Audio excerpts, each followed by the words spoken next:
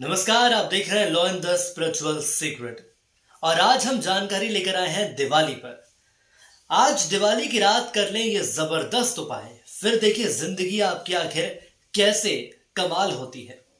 जो अपने सोचे हैं सपने, जो धन की आपको प्राप्ति चाहिए, जो आप चाहते हैं कि जीवन में ये कुछ कर सकूं, तो वो सारी चीजें आज होने वाली हैं। सारी चीजें आपको बताने वाला हूं कि आखिर कैसे करेंगे।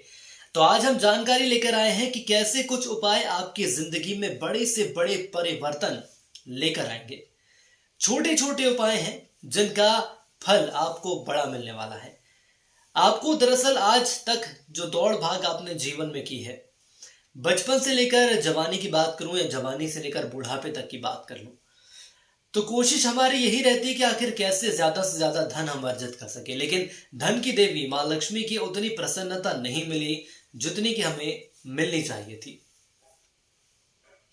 तो आज जो आपको बताने वाला हूं, उसके बाद मां लक्ष्मी आप पर प्रसन्न भी होंगी और उनकी कृपा भी आपको मिलने लगेगी। कुछ खास बातें हैं जिनका यदि आप ध्यान रखेंगे तो सारी चीजें होंगी जो आप चाहते हैं। दिवाली की रात जब आप पूजा अर्चना कर लें, उसके बाद आपको हर कमरे में जाकर शंख बजाना है। जी हाँ, देखिए शंख का अपने आप में बहुत महत्व रहता है।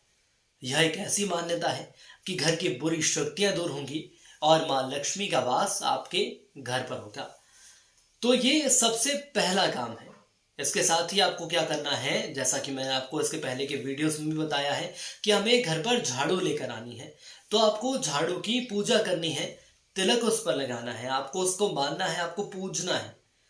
कई लोग यह भी जानना चाहते हैं कि क्या किसी खास दिन झाड़ू खरीदना चाहिए या कोई ऐसा खास दिन है जब हम ये सोचे कि अब हम जाकर मार्केट से झाड़ू खरीदें। लेकिन ऐसा कुछ नहीं है। देखिए, वार से महत्वपूर्ण ये पर्व है, इसे समझने की कोशिश करिए। इसलिए आप झाड़ू खरीदिए और उसकी पूजा करिए। सारी पूजा करने के बाद झाड़ू को भी आप तिलक लगाइए, उस पर आप चावल के कुछ दाने छीटिए। और इसके अलावा अब हम क्या करें, अब जो हमारी पुरानी झाड़ू है, दिवाली की सुबह की अब मैं बात कर रहा हूं, उसे सुबह सुबह उठकर तड़के आपको झाड़ू लगानी है। सुबह सुबह उठकर पुराने वाले जो झाड़ू है आपकी, उससे आपको झाड़ू लगानी है। देखिए, आप किसी का अपने अपनी किसी इंतजार मत करिए, नौकरानी का, मेड का इंतजार मत करिए। आपको खुद झाड़ू लगानी है, नौकरानी का इंतजार नहीं करना है। सारा कचरा बाहर करके उस झाड़ू को भी हमें क्या करना है, फेंक देना है। हमें रखना नहीं है। हमारी माताएं बहनें यही करती हैं कि झाड़ू को रख देती हैं संभाल के, लेकिन ऐसा नहीं करना है। देखिए, एक बात समझिए, दिवाली की रात बेहद खूबसूरत रात होती है, महानिशा की रात मानी जाती है। दिवाली की रात आपको सारे दीपक तेल के जलाने चाहिए। इसके साथ ही एक 9 बत्ती का दिया आप जलाएंगे। 9 बत्ती का दिया क्या होता है, मैं आपको बताऊं कि आप मार्केट में जाएंगे तो आपको आसानी से 9 बत्ती का दिया मिल जाएगा। जो इस वक्त मेरी माताएं बहनें देख रही हैं वो अच्छे से समझती हैं। और माता रानी के बैठने के लिए आपको क्या करना है, आपको एक चौकी लगानी है और इस पर आपको 9 बत्ती का दिया लगाना है। आप जो दिया जलाएंगे उसमें एक दिया आपको किसका जलाना है, एक दिया आपको हनुमान जी का जलाना है। जी हाँ, बजरंग बली का एक दिया आपको जलाना है। उसमें एक लौंग भी डालनी है। इसके बाद आपको हनुमान जी की आरती भी करनी है। अब यहाँ कई लोग ये समझने की कोशिश करेंगे कि आखिर हनुमान जी का क्यों लगाना है भाई, मैं आपको ये भी समझाऊंगा। कई लोग लक्ष्मी जी की आरती को लेकर सवाल करते हैं, तो आप ये भूल ना करें, लक्ष्मी जी की आरती आपको जरूर करनी है। ये तो आप ध्यान में रख लीजिए कि ये तो हमें करना ही है, क्योंकि ये त्योहार है इसलिए। 2 लौंग और 2 कपूर डालकर आपको आरती करनी है। इससे क्या होगा, इससे घर में सुख शांति का वास होगा। इसके साथ ही जो भोलेनाथ के भक्त हैं, यदि मैं महादेव की बात करूं, शंकर जी की बात करूं, तो भोलेनाथ के जो भक्त हैं उन्हें भोलेनाथ की पूजा के बाद मुट्ठी भर चावल लेकर अक्षत लेने हैं। और याद रखिएगा, बिना खंडित हुए चावल उसे हमें शिवलिंग पर चढ़ाना है। ध्यान रखें दोस्तों, सभी दाने पूर्ण हों, ऐसा ना हो कि दाने कटे फटे हों। महालक्ष्मी माता और गणेश जी की एक ऐसी फोटो की आपको पूजा करनी है।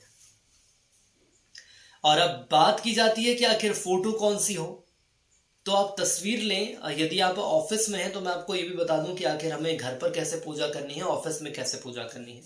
यदि आप ऑफिस में हैं तो आप खड़े होकर लक्ष्मी जी या गणेश जी की फोटो या आपको मूर्ति लेनी है, कोशिश ये करनी है कि वो खड़े हुए हों, उनकी जो मुद्रा हो वो खड़े हैं, जैसा कि आप ये देख रहे हैं खड़े हो उनकी मुद्रा। अगर आप घर में पूजन कर रहे हैं तो बैठे रहने की मुद्रा में भी ऐसी मूर्ति, ऐसी ऐसी तस्वीर चल सकती है जिसकी आप पूजा करें। अगर आप चाहें तो दिवाली पर माता लक्ष्मी की ऐसी फोटो की पूजा कर सकते हैं जिसमें वो अपने स्वामी के साथ हो।